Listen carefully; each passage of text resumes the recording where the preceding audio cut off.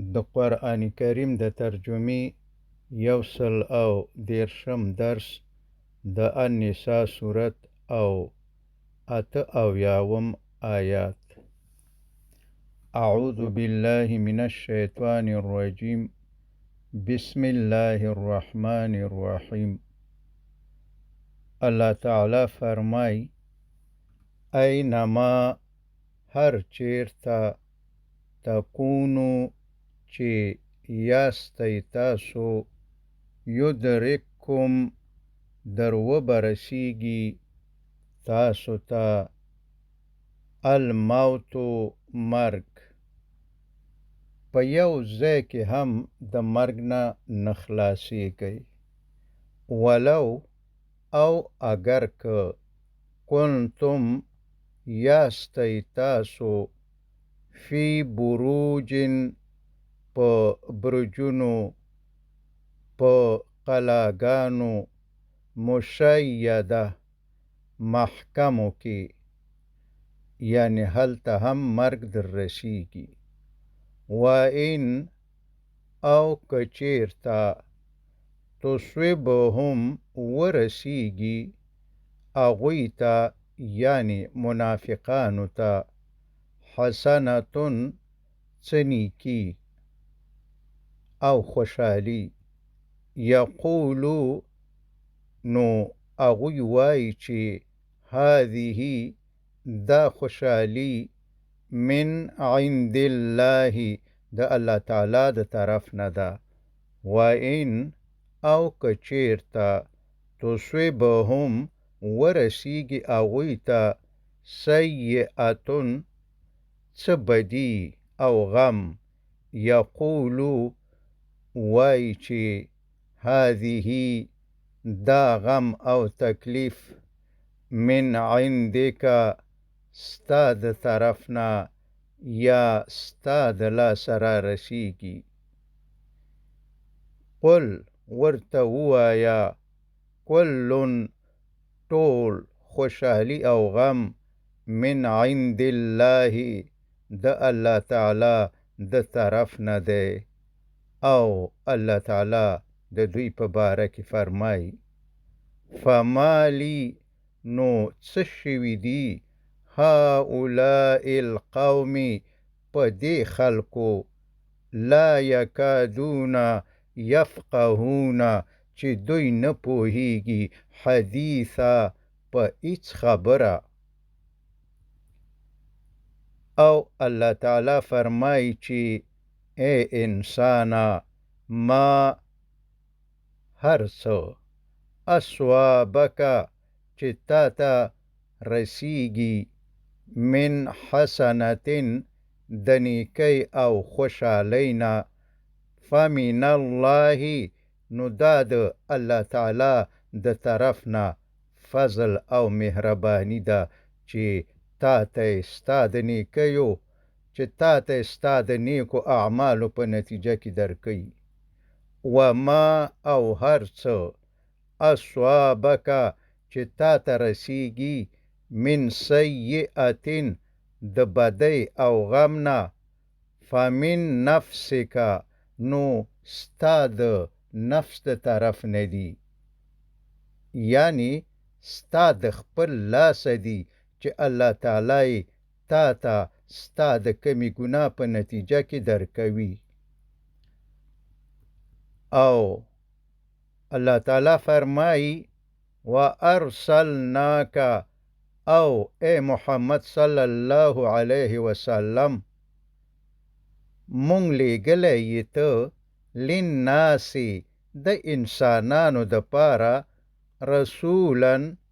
پیغمبر، وکفا او کافی دی،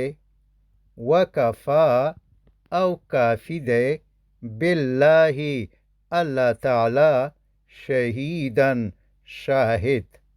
په دې خبره چې ته د الله تعالی پیغمبری. او فرمایی من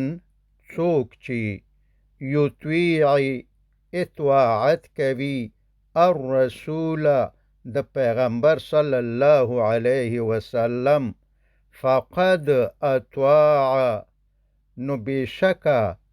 نو بشکا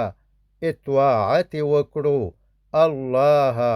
د الله تعالی ومن او څوک چې تولا ګرځي او مخ اړوي ستا د اطاعت نه فما ارسلناک نو ته مونږ نه یې لیږلی علیهم په دوی باندې حفیظا ساتونکی یعنی ته مونږ د دوی د اعمالو د نگرانۍ او څوکیدارۍ دپاره نه یې لیږلی که څوک بد کار وکړي نو مونږ به ستا څخه پوښتنه کوو بلکې ستا کار هغوی ته د الله تعالی پیغام رسولو او هغه تا سرته ورسول او الله تعالی فرمایي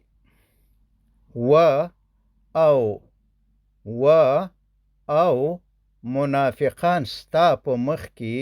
یقولون وایي چې مونږ ستا طاعتن اطاعت کوونکي یو فاذا خو کله چې برزو ووځي دوی من عندک دستانه بیته نو د شپې مشورې کوي طائفتن یو ډله منهم د دوی نه یعنی یو راټولیږي او د یو په کور کې کینی او بیا مشورې کوي غیر الذی په خلاف د هغو خبرو تقولو چې ته یې وایې ای محمد صلی الله علیه وسلم یعنی ستا د خبرو په خلاف پلانونه او دسیسې جوړوي د ورځې ستا په مخ کې تا ته وایي چې موږ ستا خبره منو خو بیا چې پشي شاشي بیا د هماغې خبرو په ضد باندې پلانونه او دسیسې جوړوي منافقان والله او الله تعالی یکتبو لیکي ما آغا مشورې او پلانونه د دوی یبیتونه چې دوی یې د شپې کوي فاعرض نو مخ واړوه عنهم د دوی نه وتوکل او توکل کوه علی الله په الله تعالی باندې وکفا او کافی دی بالله الله تعالی وکیلا کارساز او الله تعالی فرمایی افلا یتدبرون نو آیا دوی غور نکوي آیا دا منافقان غور او فکر نکوي القرآن په قرآن کریم کې چې حقانیت ورته معلوم شي ځکه چې ولو او کچیرته کانا وو دغه قرآن کریم من عند د طرفنا غیر الله د غیر الله یعنی که پرته د الله تعالی څخه د بل چا کلامو لوجدو حتما بدوی پیدا کړی وو فیه په دې قرآن کریم کې اختلاف کثیرا ډیر څومره کتابونه چې په دنیا کې د انسانانو په واسطه لیکل شوي دي او یا لیکل کیږي د وخت په تیریدو سره اکثره خبرې غلط ثابتېږي لیکن برعکس د نورو کتابونو قرآن کریم یوازینی کتاب دی چې د وخت په تیریدلو سره هر خبره صحیح ثابتېږي دا په دې معنی چې د قرآن کریم د نزول په وخت کې چې خلکو خصوصا ساینسدانانو او فیلسوفانو ته د قرآن کومې خبرې غلطې ښکارېدلې، الحمدلله د وخت په تېرېدلو سره یې یوه خبره رښتیا کیږي. او د 1400 کلونو په تېرېدو سره پکې هیڅ غلطي نه چا پیدا کړې ده او نه به یې د قیامت پورې پکې پیدا کړي. خو برعکس د ساینسدانانو او فیلسوفانو د کتابونو اکثره خبرې چې د لیکلو په وخت کې خلکو صحیح ګڼلې، د وخت په تېرېدلو سره اکثره خبرې غلطیږي. توجه وکړئ څو مثالونو ته. 1400 کلونه مخکې قرآن کریم فرمایل چې کائنات د همیشه څخه موجود نه وو، الله تعالی پیدا کړي دي، په حرکت کې دي، لویږي، لمر ګرځي. خو د هغې وخت خلکو خصوصا ساینسدانانو او فیلسوفانو ویل چې نعوذ بالله قرآن غلط دی، ځکه چې د ساینس په کتابونو کې حتی د 20مې پیړۍ پورې لیکلي وو چې کائنات د همیشه څخه موجود دي، پیدا شوي نه دي، ساکن دي، نه لویږي او نه حرکت لري، او لمر هم ساکن دی. لیکن د وخت په تېرېدو سره الحمدلله د قرآن هره خبره یوه د بلې پسې صحیح ثابته شوه او ثابتېږي. یعنی 1400 کلونه وروسته د 20مې پیړۍ ساینس د الله تعالی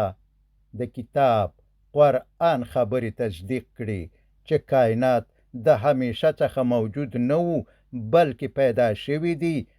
ساکن نه دي، په حرکت کې دي، لویږي او لمر ګرځي. او د فلسفې او ساینس د پخوانیو کتابونو خبرې یې غلطې ثابتې کړي. باید په لنډ ډول ووایو چې قرآن کریم په حقه د الله تعالی کلام دی،